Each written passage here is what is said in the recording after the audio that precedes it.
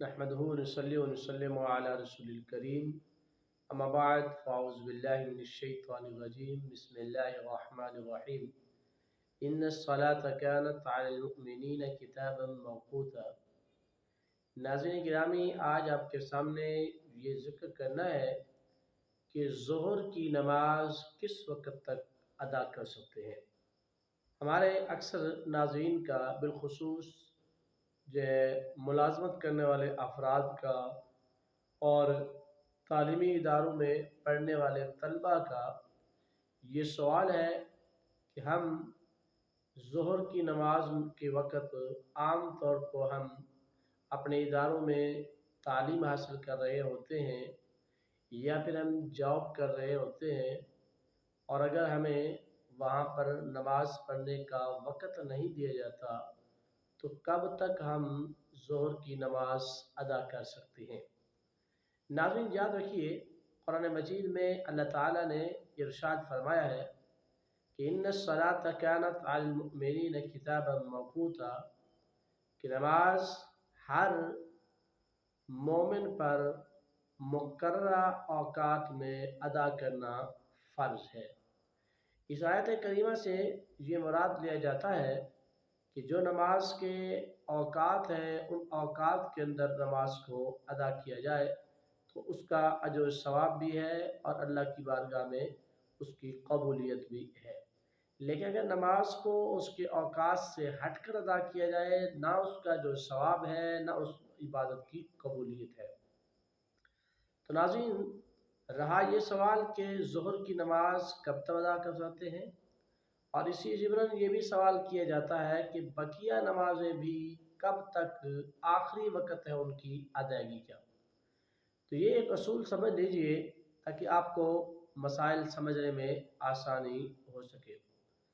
हर उस नमाज का वक़्त जब शुरू हुआ और जैसे ही अगली नमाज का वक़्त शुरू हुआ तो पहली नमाज का वक़्त ख़त्म हो जाता है। मिसाल के तौर पर जिस तरह फजर की आज़ान हुई, अब आज़ान होने के बाद फजर का वक्त शुरू हो गया, तो जैसे ही सूरज तुलू होता है तो फजर का जो वक्त है वो ख़त्म हो जाता है।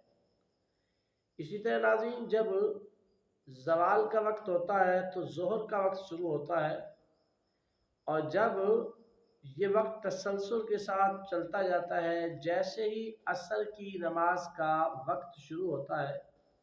आजकल चूँकि ऐप्स हैं, इंसान जहाँ भी बैठा हो तो अपने मोबाइल के ज़रिए उस पे ऐप पे चेक कर लेता है कि यहाँ पर जो है सूरज के औक़ात का भी इल्म हो जाता है, नमाज़ों के औक़ात का भी इल्म हो जाता है। तो लिहाजा जब असर की नमाज का वक्त शुरू हुआ, जिस वक़्त असर की नमाज का वक्त शुरू हुआ तो उस वक़्त से कबल जो वक़्त था वो ज़ोहर का था। जैसे ही असर का वक्त शुरू हुआ तो ज़ोहर का वक़्त ख़त्म हो गया। इसी तरह फिर असर की नमाज की अदायगी का वक्त शुरू हो गया। अब जैसे ही सूरज गुरूब हो जाएगा तो असर का वक़्त ख़त्म होगा और सूरज गुरूब होने वाला था, गुरूब हो रहा था, तो ये असर के वक्त को ख़त्म कर देगा और मगरिब का वक्त शुरू हो जाएगा। इसी तरह फिर मगरिब की अदायगी के बाद जब इशा का वक्त शुरू हो गया और हमने अपने कैलेंडर के ऊपर या अपने मोबाइल ऐप्स के ऊपर ये चेक कर लिया कि इशा का वक्त कब शुरू होता है और कब ख़त्म होता है, तो इशा का वक्त जो है वो शुरू होता है और फिर ये जो ख़त्म होता है ये फजर के वक़्त के शुरू होने से पहले होता है। और ये भी याद रखिए कि फजर की नमाज का वक्त मुख्तसर है, बाकी नमाज़ों का वक्त जो है वो थोड़ा तवील है, वो ज़्यादा है। लेकिन फजर की नमाज का वक्त मुख्तसर है क्योंकि फजर की आज़ान के बाद सूरज निकलने से पहले पहले आप फजर की नमाज का जो है वक्त अपने ज़हन में रखें और फजर की नमाज अदा कर सकते हैं। जैसे सूरज निकल आया तो फिर फजर की नमाज का वक्त भी ख़त्म हो गया। अब नमाज जो है वो अदा नहीं होगी, बल्कि सूरज निकलने के बाद قضا ادا کی جائے گی۔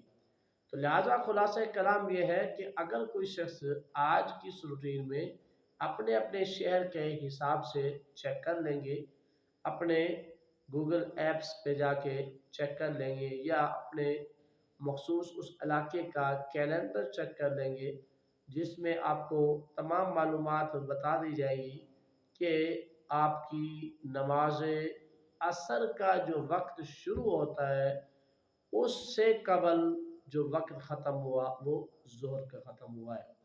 امید کرتا ہوں کہ آپ کو میری باتیں سمجھ آ گئی ہوگی۔ اللہ تعالیٰ ہمیں عمل کی توفیق عطا فرمائے، آمین۔